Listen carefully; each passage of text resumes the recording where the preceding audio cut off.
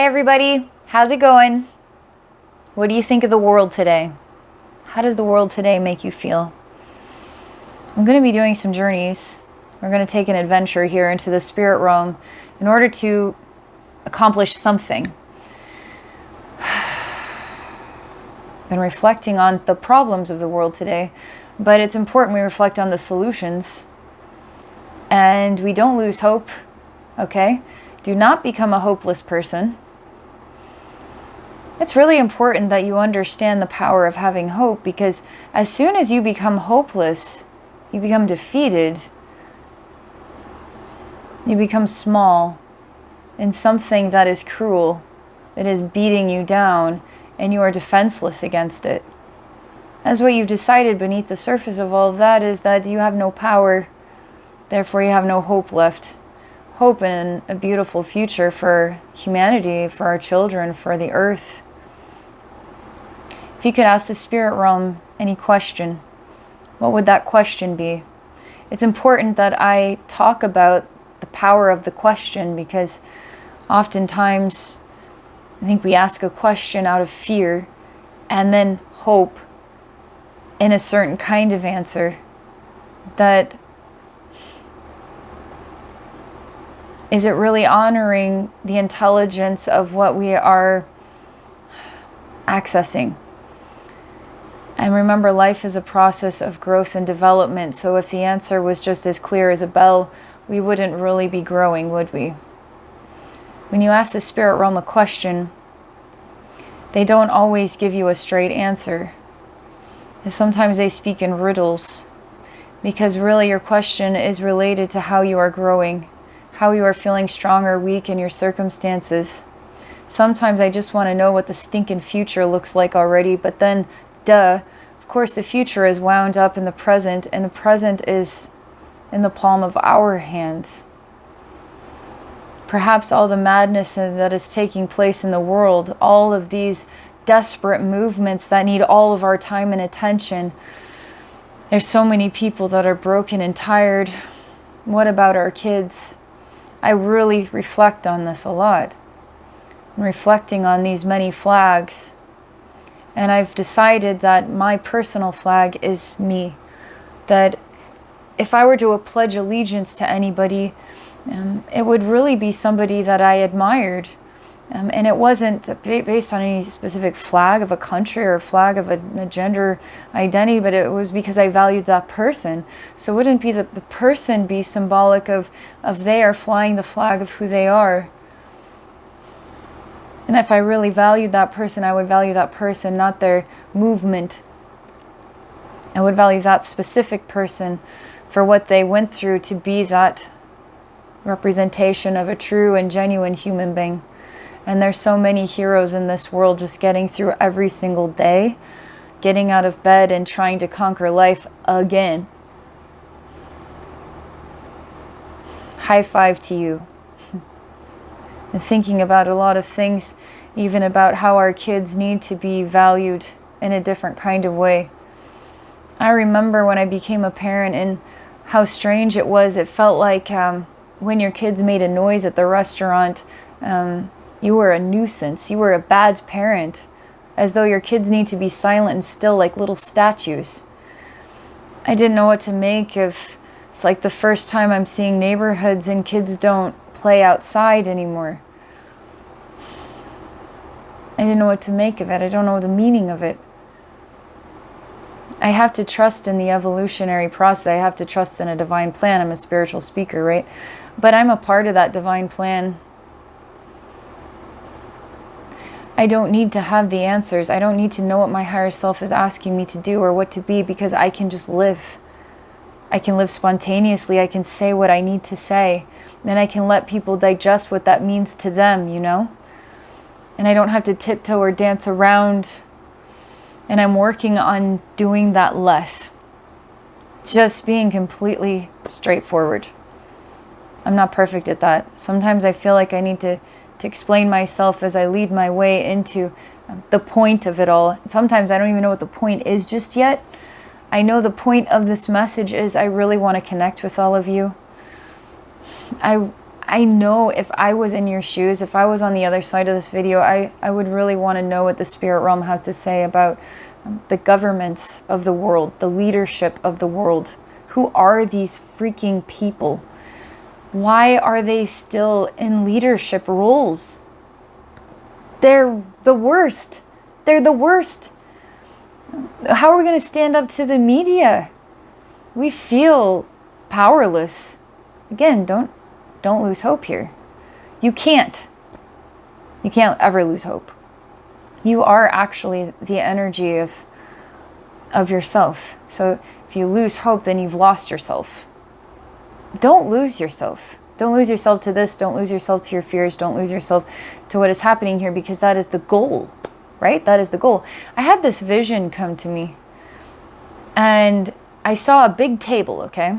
And it was in the shape of a U. And it was a think tank group. And it was a huge room, as in it was very tall, and maybe 100 people. There was a man at a podium, and they had a big packet. Each person was handed a big packet, and this was actually the United States. That was what we were going to discuss. That's what the think tank was about, discussing the United States. And it was discussing how to dismantle the United States.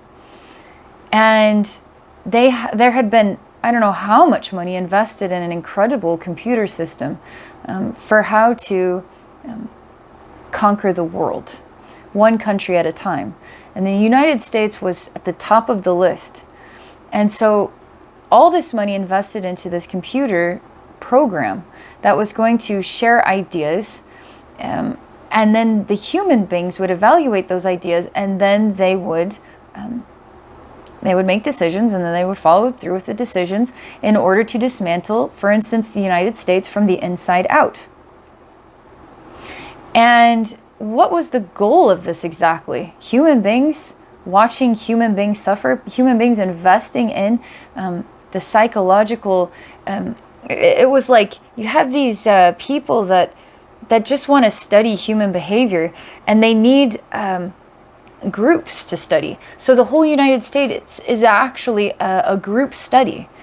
And third-party companies are participating in whole country group studies, and they have think tanks of people and specialized computer programs where they're going to test another idea and see how people psychologically react. And there are specific goals that they have in mind. Let's say the goal is to break the spirit of the United States, to break it in each individual person that lives in this country. Let's put it in some, I guess, more, instead of saying spirit, maybe we could say so that people are left feeling loss and degradation to the depths of their soul. I'm trying to take a metaphysical language out of it, but you understand what the spirit of a human being is, right? We're not robots. We're not flipping robots. We're real flipping people. Oh my God. We feel stuff. We feel angry. We feel confused. We want answers. We want to know the future. We don't want to know what our purpose is. You got to participate. That's your purpose, is to participate. And your purpose is to be strong in who you are, and then ask, how can I be that? And what does that mean? Because you're not really going to know what that means until you try some stuff, okay? So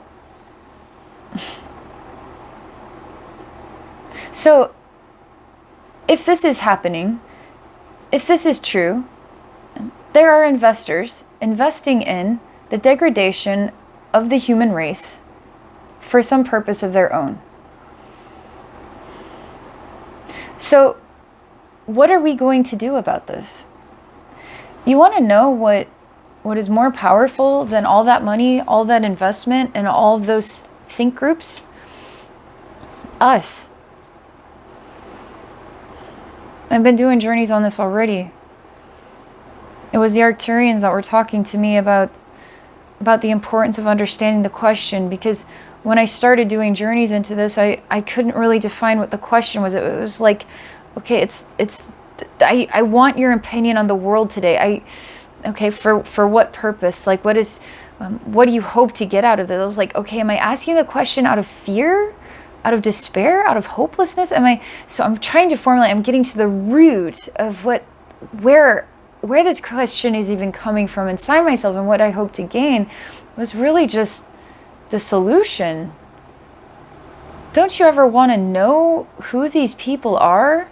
What creates these people? Don't you ever want to just feel like they need to be exposed and they need to be held accountable for the trauma they inflict upon others? Now they must be held as an example. These are the worst of the worst of the worst of the human race. They're the worst of us. And they're the most powerful people. The most powerful people are the worst people on our planet. Is that true?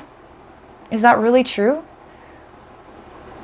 When you start feeling red flags for years of your life, and you know and you see, but it's not taking everything away from you right now. You're just keeping your head above water with the day-to-day routine, right?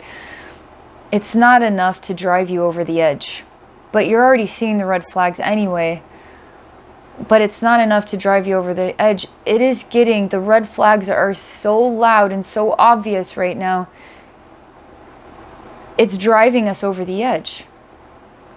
Is it wanting chaos to erupt within the streets so that the next idea on the list, let's push them. Let's see how long it takes to push people to the breaking point so they start to erupt in violence. And then we're going to bring on the next phase of our think tank group based upon all of our information, these third-party companies and all this investment, in order to make our investors happy so that they can see the dismantling of the United States for the purpose of global control. Okay, all this stuff is a conversation, right? Don't you want to have answers from the spirit realm about stuff like this? I'm going to tell you one more thing before we do a journey of some kind. We do an adventure. Joe and I were talking about this, and we're talking about if there were anybody who was on the planet that had attained immortality. Okay, you have billions of dollars. You might want to live forever. It's kind of an interesting idea. If you could live forever, do you want to live forever as a 16-year-old? You want to look 30? You want to look 60? What if you just kept getting older and older and older? You could live forever, but you would look extremely ancient. And what age would you be in the process of living forever? And is it about the way you look that is the most important part about living forever? It's kind of dumb, to be honest. I want to live forever and I want to look young. It sounds like you're missing some really deep processes about what it is to be alive. What it is to truly and genuinely be alive, you know? And so I did a journey into this, and I was shown what is like a Buddhist monk type on the side of a mountain. And he had acquired what is a balance between his human self, his soul, and the spirit of the air, was what it was like. Specifically the air. And that in his breath he had attained immortality. And that through his breath and through his body, he was able to experience all of his lifetimes, all of his existences, in all versions of the universe, and all universes, in a single moment within himself, and be completely harmoniously balanced within it all in those breaths. And he had attained this, okay?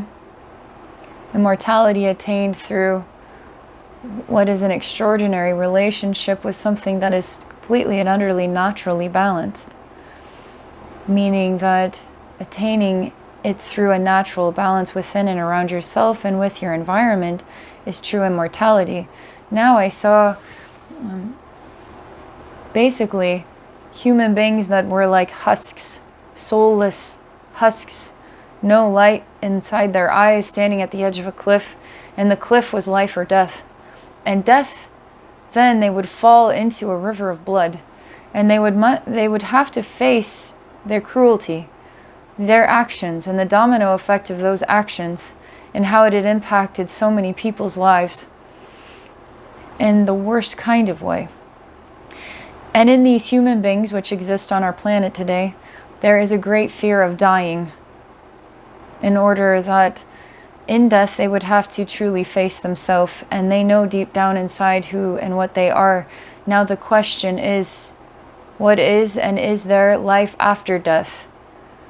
And if there is a sensation or a movement or a fear in them about that question, then naturally they would lean in the direction of wanting to live forever.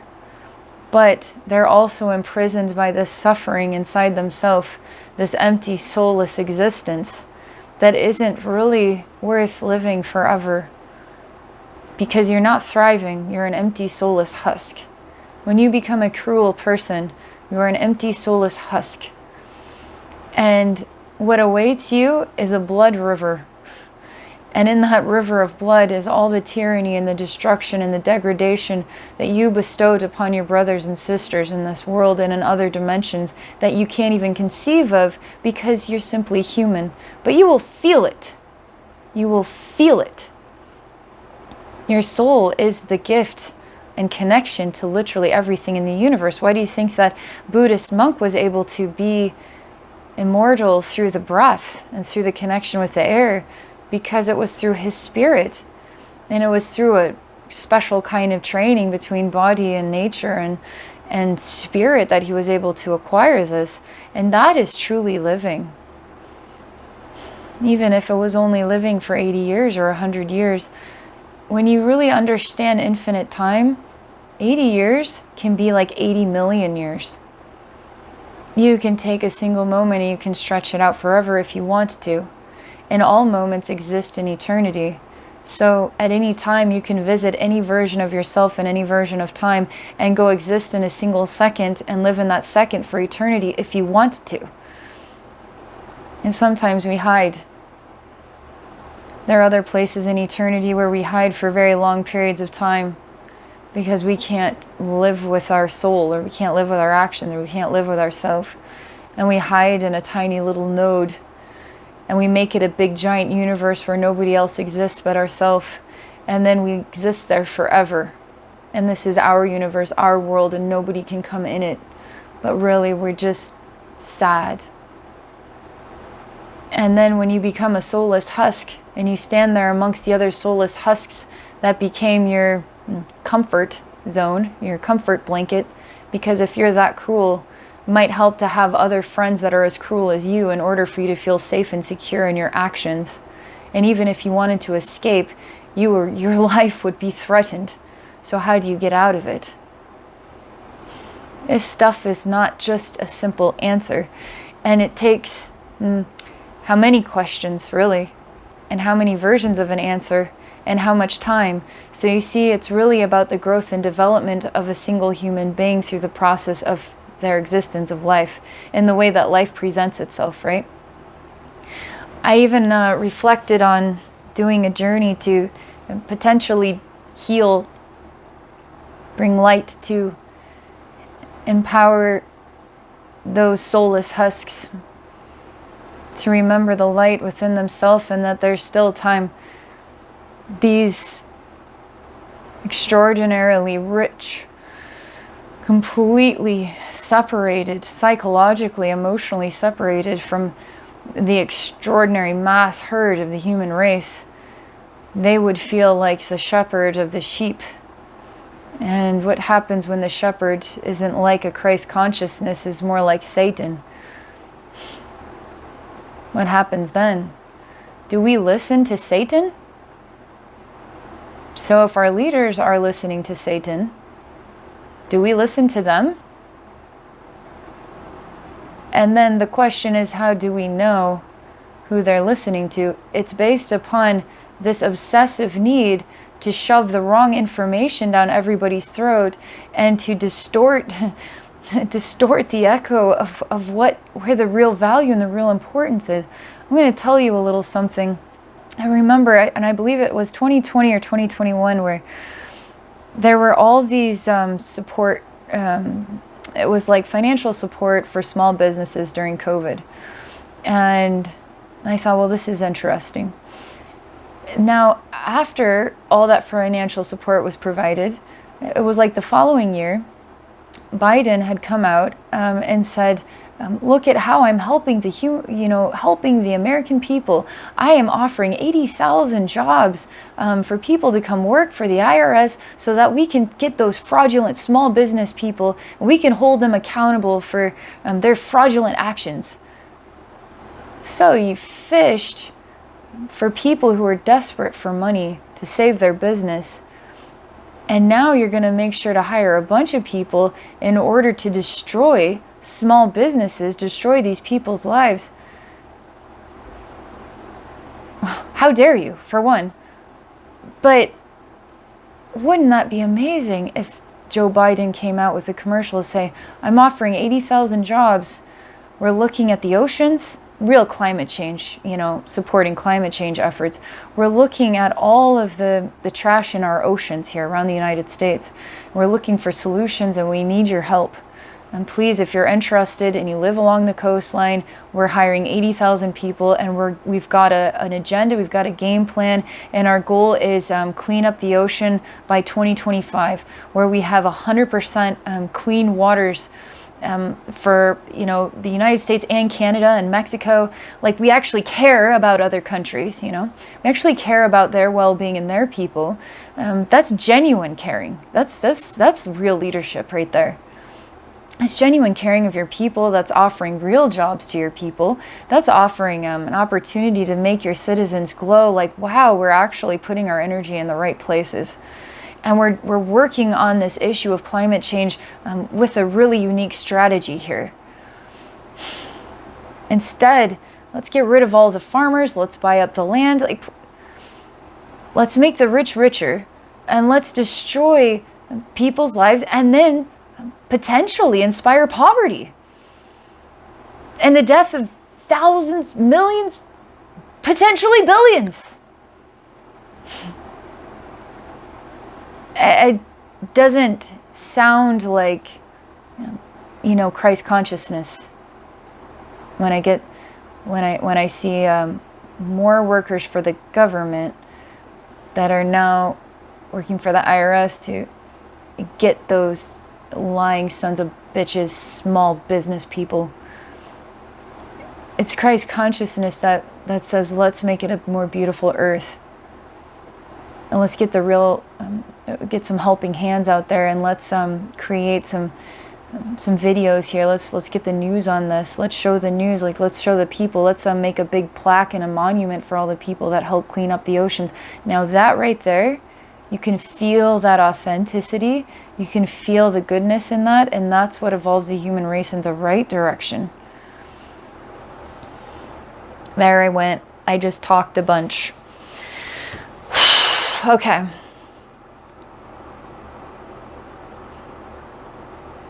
Said a lot of things.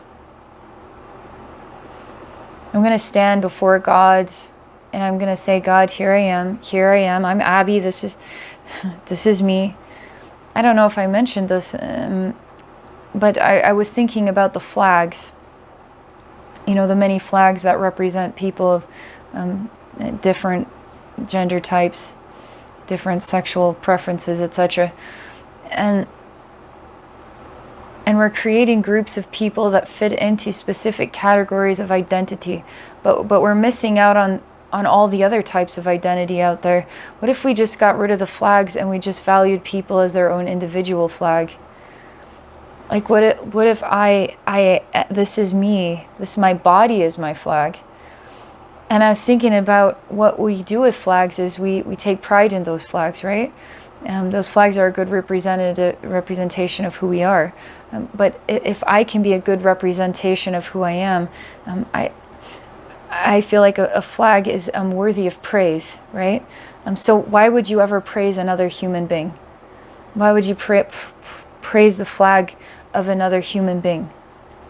because they were your hero, because you authentically and genuinely, you saw the value of them and what they represent.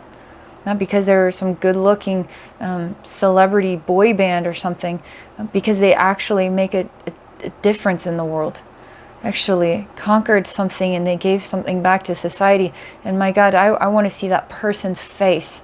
That person is a flag that I value. I just wanted to say that was on my mind. I might have mentioned it, but I've had so many feelings, so many thoughts about so many things that I wanted to make sure I mentioned that. And if I mention it for a second time, I think it was meant to be said twice for a reason. All right.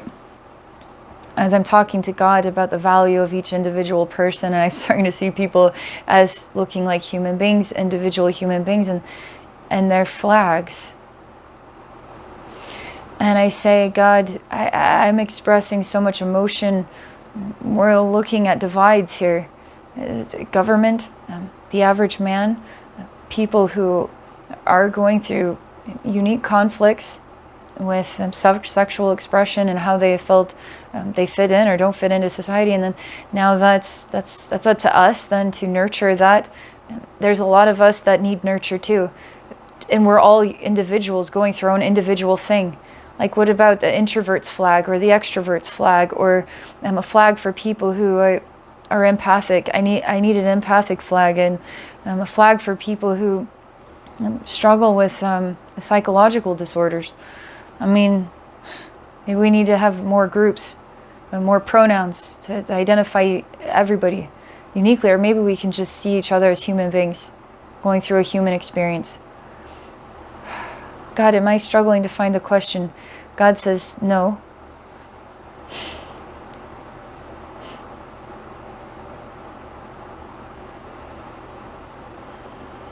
God is saying that He's picking a special doorway for me.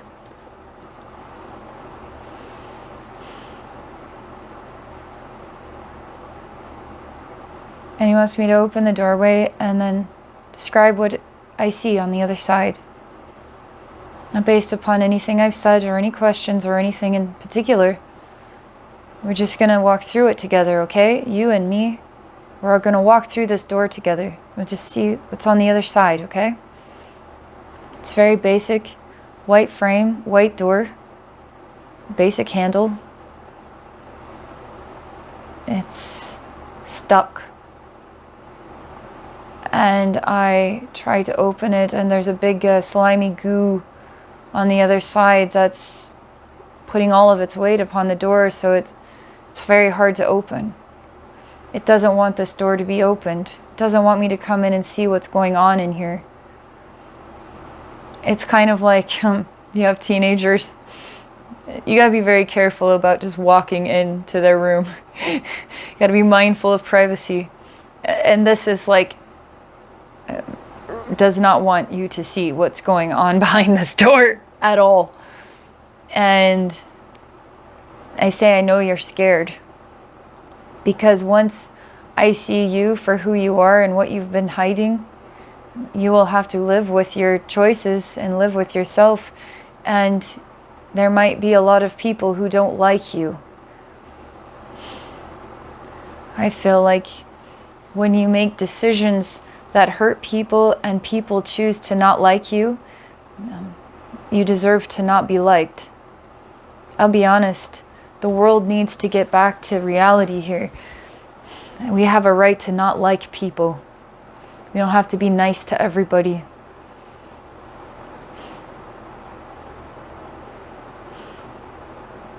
God asked me, how am I going to open this door if I'm not allowed? Because this will not allow me to open it. This energy does not want anybody to see what's going on behind closed doors. So how will we open the closed doors?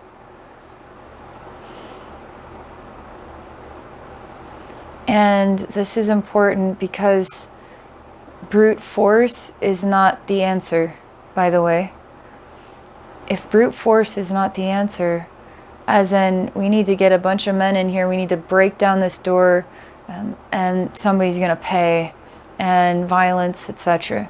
Brute force is not the answer. And waiting outside the door for something to change is not the answer either.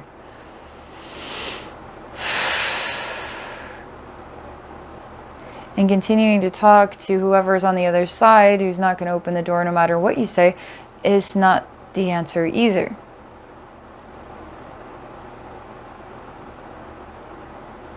I say, what if, God, we all want to know what's going on behind closed doors? Then God says to ask. When we start communicating with each other, and we create our own think tanks, and we have ingenious people who are great at computer programs, or ingenious people who are great at structured conference room type experiences, people who are good at speaking, people who are good at collecting data, people who are good at analyzing data, people who are good at putting together ideas, people are good with the law. When we start to work together as a group, as a team, and we're not just 10 people, we're not 100, we're 1,000, we're now 10,000, we're 1,000,000 people, we're 10 million people, we're 200 million people. How do we get millions of people to ask all the governments in the world? Do we get 1,000,000 people to stand side by side to protect our brothers and sisters from injustices? We communicate. We start with communicating with one another. And if we want to ask the question, if we want to ask the government, we want to have access to all your most secretive information. Well, one person knocking on the White House door isn't going to work, is it? You're going to have to get their attention. Is it for our best interest to not know what's going on in these secret files? I'm sure there are better minds suited for evaluating that. Not everybody is that kind of mentality. I mean, just look at TikTok. You can find a wide range of absurdity all the way up to real authentic people.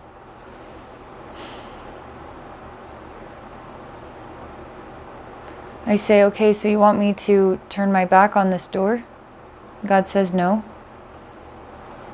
God says, I want you to continue to stand by the door, but don't give any of your energy or any of your conversation to who's on the other side. And they are going to start to wonder what you're up to. It actually makes them feel more comfortable knowing that you can't get in, that you want to get in, but you cannot, than you just standing there quietly. They want to open the door and see what you're doing, see what's going on here.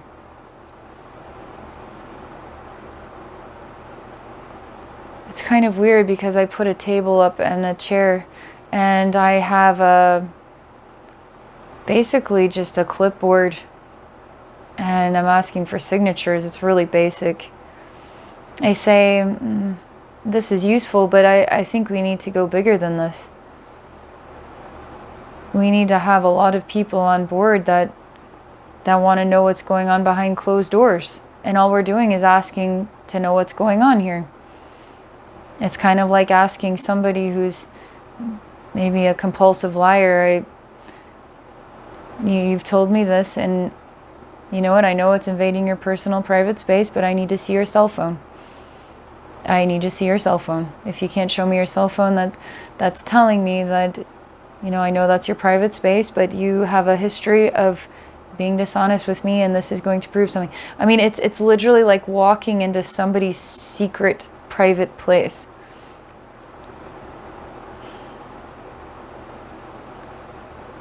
Now, how comfortable are you with somebody walking into your secret private place?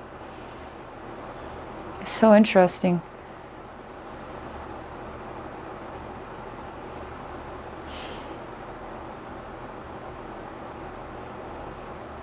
Because the world is just becoming such a push for private information. It's selling private information from one company to another company. It's a big business, privacy, information. It's a big business. Do you agree with this? Yes. I just want to use this app. Next thing you know, they're just selling your soul away to third-party companies.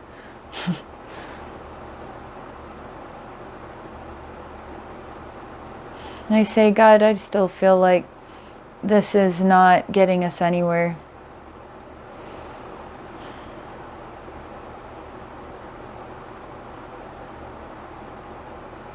I'm going to project my consciousness to the other side of this door. I'm going to leave everything that's human behind.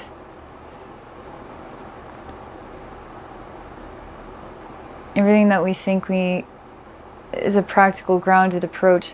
Communication is part of the solution.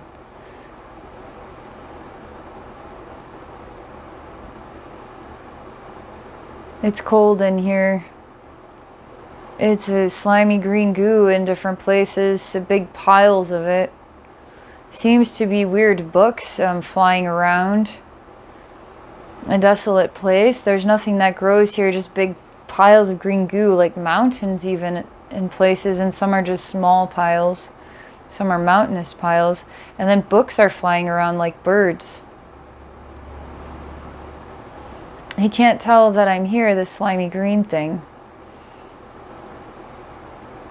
And I reach my hand into where his heart is, and I just close my eyes, and then I feel what his heart feels like.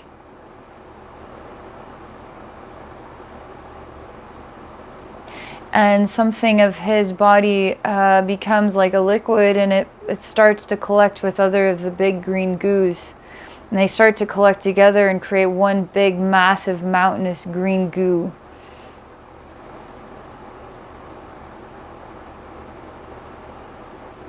And the green goo inside of it is the type of things that they don't want anybody to know about.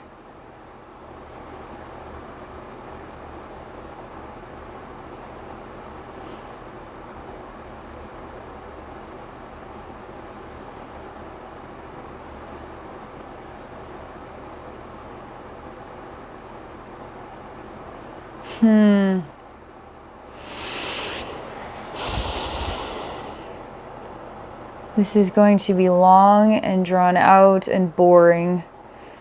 Energetically, it feels like that type of sensation where you have to complete this paperwork here at this government building, and then you have to go to this government building and complete this paperwork, but then you have to stand in line, then you have to make the phone call and be on the phone for at least a 2-hour hold, and then the call is going to get dropped, you have to call back, and then you have to collect all this paperwork, and like 2 years later you finally have everything you need to maybe submit this file, but no, whoops, this stuff is expired, you're going to have to go back. It just feels like it never ends. It feels like a never-ending loop of bureaucracy and paperwork and just stupid, it's like stupid runaround. Even this conversation with God, it's like, okay, yes, I do see what you're saying. It's not, I'm not seeing the progress on the level I want to. I'm not seeing the sound. I'm not seeing the... And now when I'm in here, again, it feels like long and drawn out years of trying to collect paperwork for, I don't know, it's like a legal process that takes years and completely depletes your whole soul and your whole life. And you're just like a sheet dangling from some wire where you just blew towards this wire. You just got stuck there. And it's just, that's what this feels like.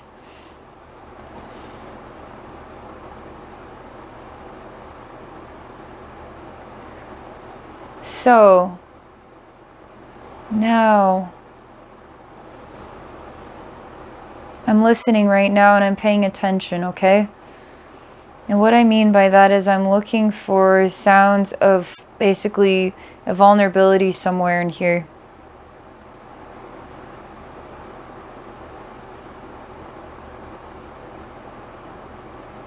Like I'm listening to, what is the ground made out of? What is the sky made out of? Are there interdimensional spaces connected to this one? Who else is watching us here? Who else is connected here? Are there other beings that want to say something? If I add this color here, how does it change the scene? If I add this idea, if I say this, if I speak up, if I do, and I'm just listening to see how it changes the dynamics of this.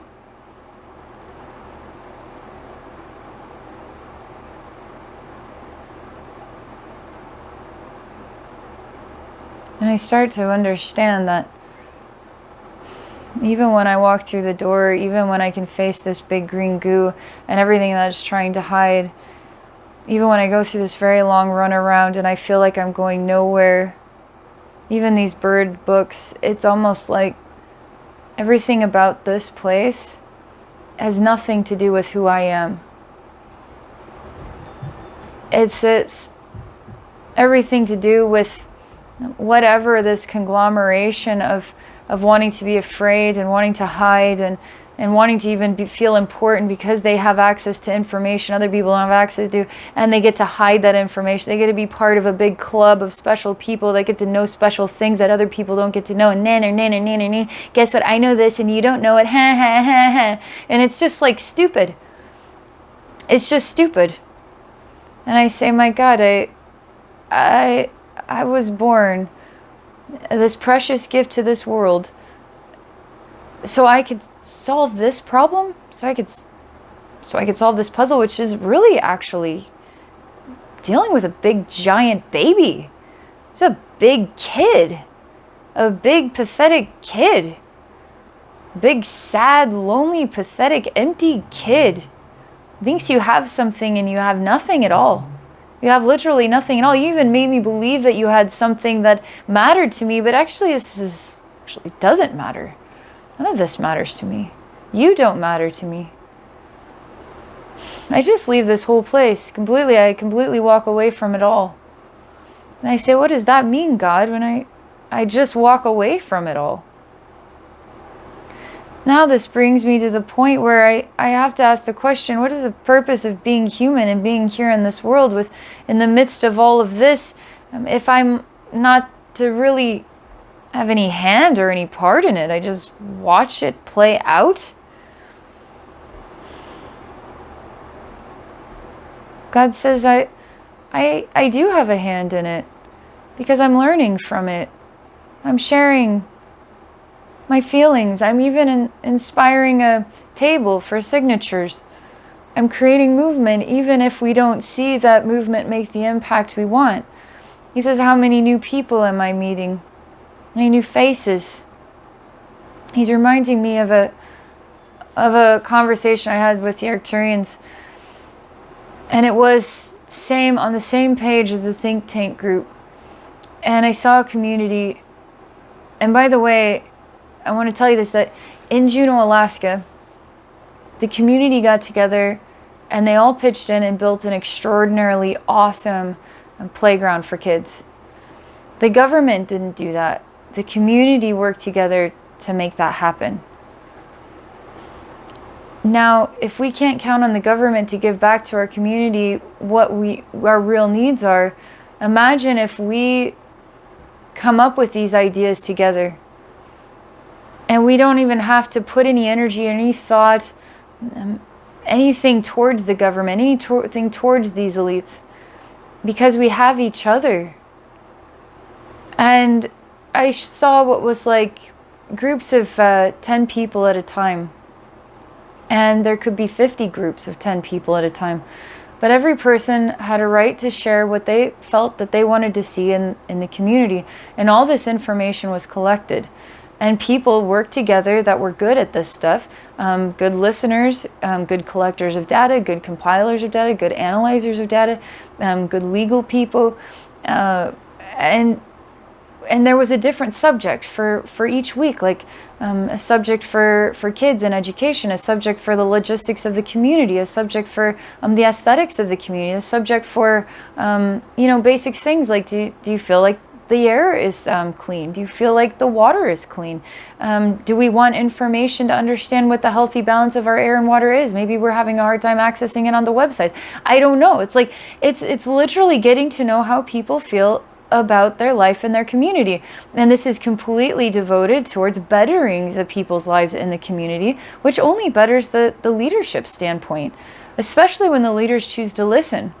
And now we're bridging the gap between this challenge of, people feel like they aren't being heard. They feel like they're being persecuted for things that they're not even intending to be freaking criminals. They're just trying their best. Sorry, I didn't wear the mask, or I got the vaccine and I'm terrified. I feel like I put something in my body. I didn't even know what I put in my body. Like people don't know what's going on here, truly. And so we have these groups where people share what they feel, what they're afraid of, what they're concerned about, and we start to build upon solutions at the community level. And people start to getting to know each other in the community. That 10 people, and they all heard what each other had to say, and it was collected and compiled, and maybe it's a new group of 10 people the next weekend that they decide to join. And they're starting to get to know their community members, and everybody has maybe 5 to 10 minutes to share. It's a nice chunk of time. There's coffee and cookies or whatever, and people have an opportunity to just simply listen to each other, share their feelings, and it's compiled, and the data is presented to the the local leadership team. And not only that, the community has 100% access, along with every community in the world has 100% access to what this specific community is doing, the questions they're asking their people, and how they're working on it, the statistics they're finding, and what they're proposing to their leaders in order to make it a better community for everybody. And now it's like, here we have this journey and we're seeing this stuff, and I'm walking away from what's on the other side of the door thinking it's important, but really what's the most important thing is just realizing we need to get down to something simple, and we need to realize communication is important, and we need to start solving these problems at what is a smaller scale that we can actually function in the solving of the problem.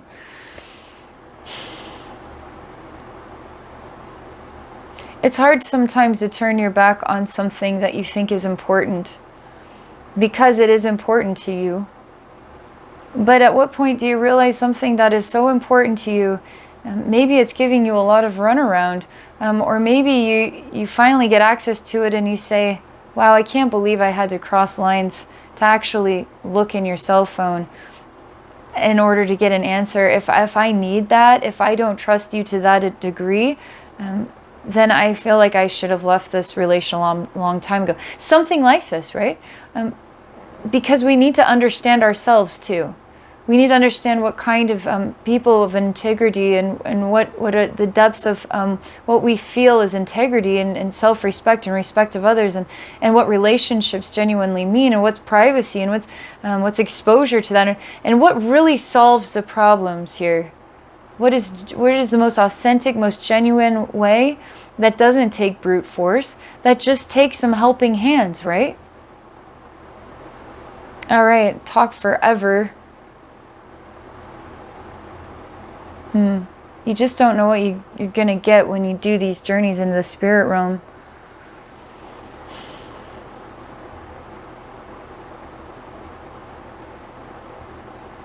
And after I get out of a journey, I feel like maybe when I listen to it later, it'll make a lot more sense to me than when I'm in the experience itself. Because I still feel right now that what that journey was like to me was, it felt like I was working with air on a level of negativity, like things are just diluted in the air. Nothing ever takes like ground. Nothing ever grows into something strong or solid. It's just like fluttering breath or fluttering thoughts. It's just nothing really takes hold, and we're just always swept away. It's not even by the water, but it's by the wind. And I still feel just kind of lost in a circulation of wind, and even loss of self and loss of confusion, loss of time as to what was I doing with my time. What was I really doing, genuinely doing with my time, and where was I devoting all of my energy? And only to realize the most important thing I could have been doing was focusing on a solution here.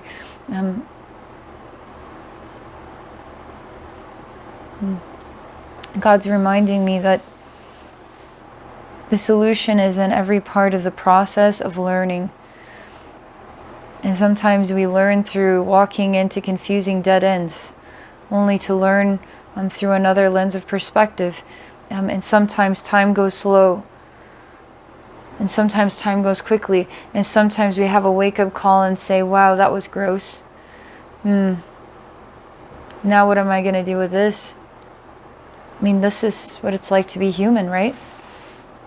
Thanks for being a part of this with me. I hope you enjoy this message. It's a long one.